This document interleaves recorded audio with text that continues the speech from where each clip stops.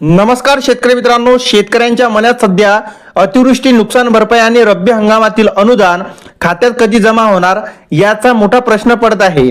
अनेकांनी आपली केवायसी प्रक्रिया पूर्ण केली असून ते या मदतीच्या प्रतीक्षेत आहे। जून ते सप्टेंबर या कालावधीत नुकसानीसाठी निधी वितरणाला पूर्वीच मंजुरी मिळाली होती आणि अनेक शेतकऱ्यांच्या खात्यावर सुमारे 13,477 कोटी रुपये जमा झाले होते। शेतकरी मित्रांनो, मात्र अद्यापही सुमारे 6,000 ते 6,500 कोटी रुपयांचे अनुदान शेतकऱ्यांपर्यंत पोहोचणे बाकी आहे। यामध्ये जमीन खरडून गेल्यासाठीची निधी आणि बरीच रब्बीचे निविष्ट अनुदान यांचा समावेश आहे। मदत व पुनर्वसन मंत्र्यांनी दिलेल्या माहितीनुसार हा उर्वरित निधी डिसेंबर नंतर म्हणजे जानेवारी 2026 मध्ये शेतकऱ्यांच्या खात्यात जमा केला जाईल। शेतकरी मित्रांनो, आता शेतकरी मित्रांनो, अनुदान वितरणास होणाऱ्या विलंबाचे मुख्य कारण काय आहे तर शेतकरी मित्रांनो, नगर परिषद आणि नगरपंचायतीच्या निवडणुका ह्या 20 तारखेपर्यंत लांबल्या होत्या।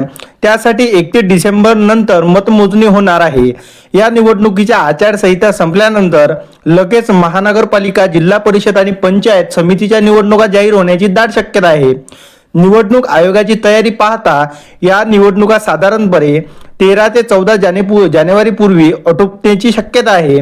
जर या निवडणुका आचारसंहिता 21 डिसेंबर नंतर लागल्या तर मात्र शेतकऱ्यांच्या खात्यात अनुदान जमा होण्याची प्रक्रिया 15 जानेवारी 2026 नंतर सुरू होणार। शेतकरी मित्रांनो, आता शेतकरी मित्रांनो, अनुदान लवकर मिळण्याची शक्यता आणि शक्यता कशी आहे आणि त्यासाठी काय करायचे। जर निवडणुकीचा कार्यक्रम 21 डिसेंबर पूर्वी जाहीर झाला नाही तर त्यासाठी काय करावे लागणार तर शेतकरी मित्रांनो, हे अनुदान तातडीने शेतकऱ्यांच्या खात्यात जमा केला जाऊ शकतो। मात्र 31 जानेवारी 2026 पूर्वी राज्यामधील स्थानिक स्वराज्य संस्थांच्या निवडणुका पूर्ण करण्याचे निर्देश कोर्टाने दिले असल्यामुळे निवडणुकांचा कार्यक्रम लवकरच जाहीर होण्याची शक्यता सुद्धा आहे।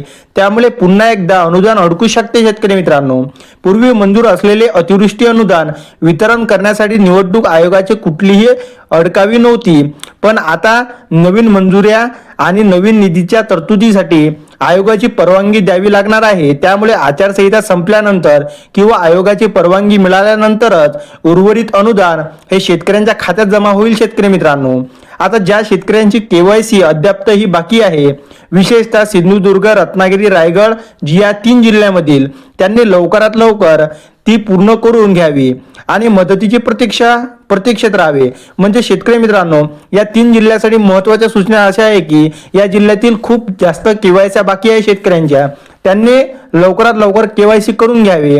आणि शेतकरी मित्रांनो, जानेवारीच्या पहिल्या किंवा दुसऱ्या आठवड्यात हे अतिवृष्टी अनुदान थेट शेतकऱ्यांच्या बँक खात्यात सुद्धा जमा होणार आहे।